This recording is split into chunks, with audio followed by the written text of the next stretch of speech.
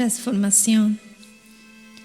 El transformar un sacerdote en mí es en cierto sentido como mayor milagro que el de la transubstanciación. Solo siendo puro puedo transformarlo en mí sin lastimarme, y en esos momentos lo purifico con doble sangre, con gemidos hacia mi Padre, con todo mi divino poder.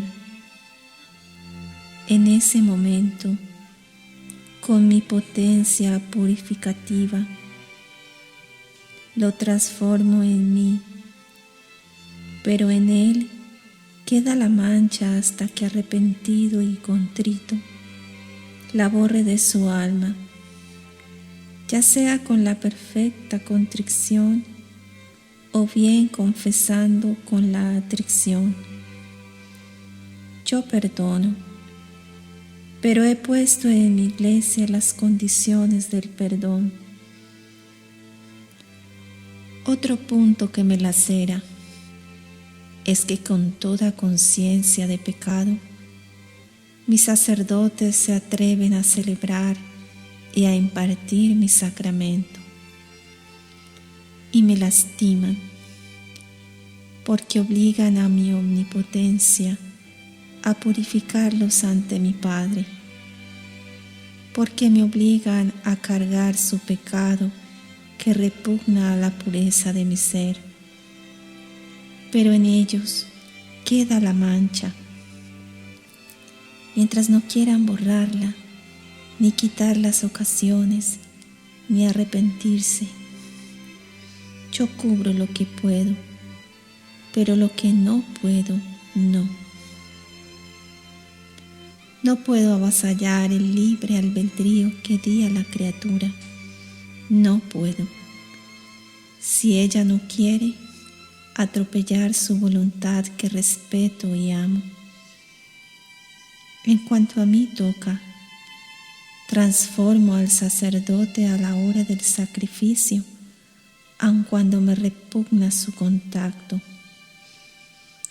Ese dolor me toca a mí sufrirlo, pero el sacerdote sacrílego, por su pecado en mí, comulga su condenación, es decir, queda en pie su pecado, que no se le ha perdonado, queda reprobo ante mis ojos y con el mayor de los crímenes.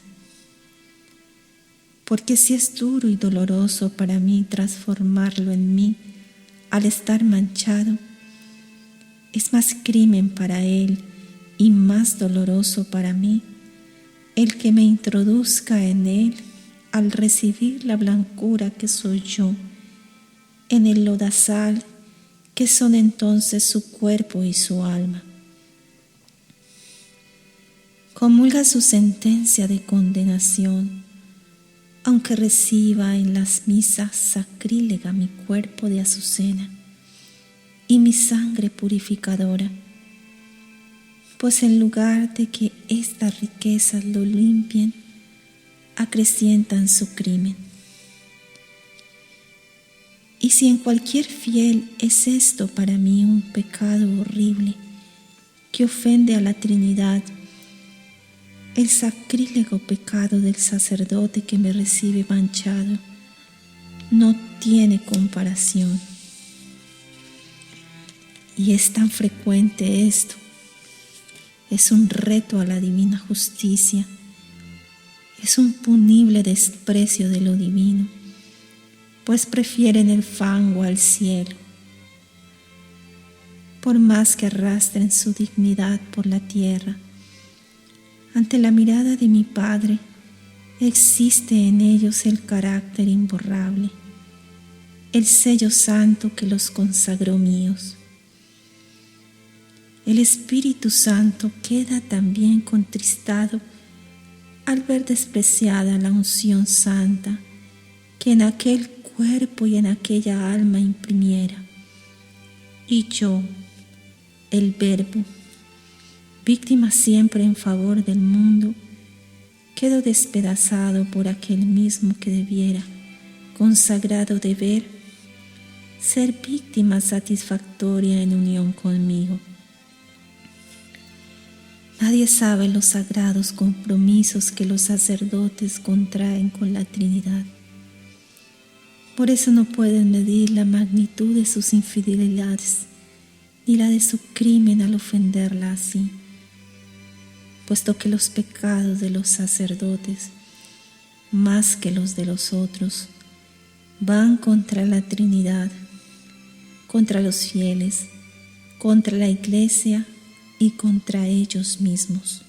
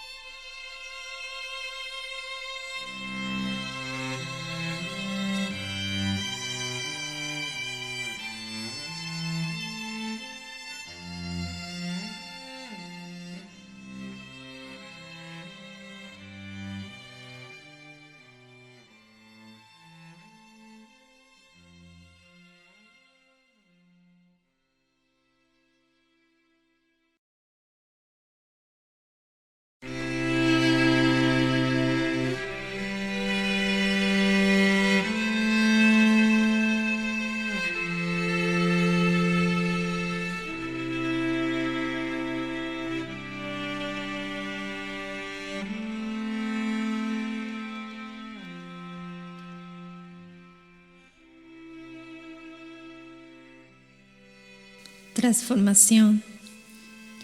El transformar un sacerdote en mí es en cierto sentido como mayor milagro que el de la transubstanciación.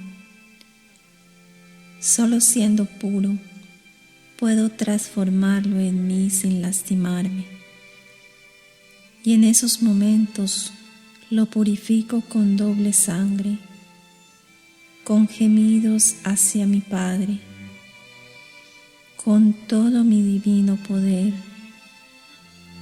En ese momento, con mi potencia purificativa, lo transformo en mí, pero en él queda la mancha hasta que arrepentido y contrito la borre de su alma, ya sea con la perfecta contrición o bien confesando con la atrición.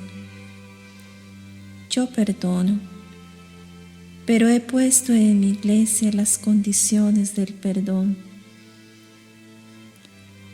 Otro punto que me lacera es que con toda conciencia de pecado, mis sacerdotes se atreven a celebrar y a impartir mi sacramento, y me lastiman porque obligan a mi omnipotencia a purificarlos ante mi Padre, porque me obligan a cargar su pecado que repugna a la pureza de mi ser, pero en ellos queda la mancha.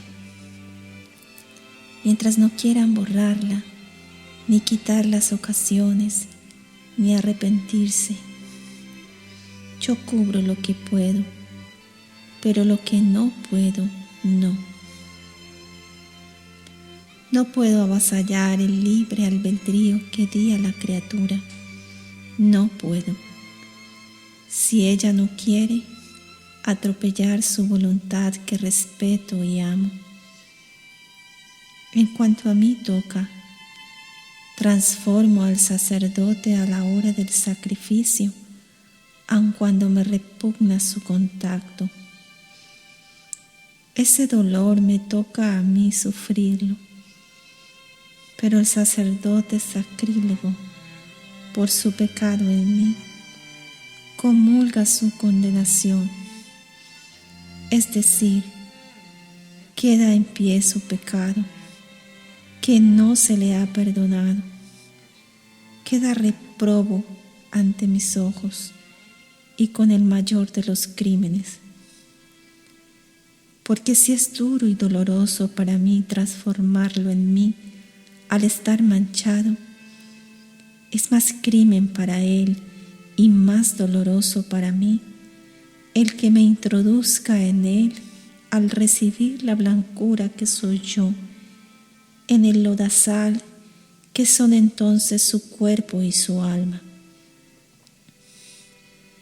Comulga su sentencia de condenación, aunque reciba en las misas sacrílega mi cuerpo de azucena y mi sangre purificadora, pues en lugar de que estas riquezas lo limpien, acrecientan su crimen. Y si en cualquier fiel es esto para mí un pecado horrible que ofende a la Trinidad, el sacrílego pecado del sacerdote que me recibe manchado no tiene comparación. Y es tan frecuente esto, es un reto a la divina justicia, es un punible desprecio de lo divino, pues prefieren el fango al cielo. Por más que arrastren su dignidad por la tierra, ante la mirada de mi Padre existe en ellos el carácter imborrable, el sello santo que los consagró míos. El Espíritu Santo queda también contristado al ver despreciada la unción santa que en aquel cuerpo y en aquella alma imprimiera.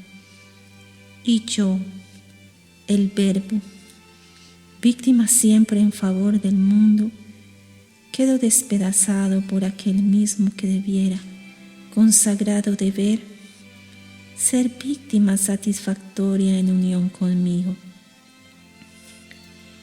Nadie sabe los sagrados compromisos que los sacerdotes contraen con la Trinidad. Por eso no pueden medir la magnitud de sus infidelidades, ni la de su crimen al ofenderla así, puesto que los pecados de los sacerdotes, más que los de los otros, van contra la Trinidad, contra los fieles, contra la Iglesia y contra ellos mismos.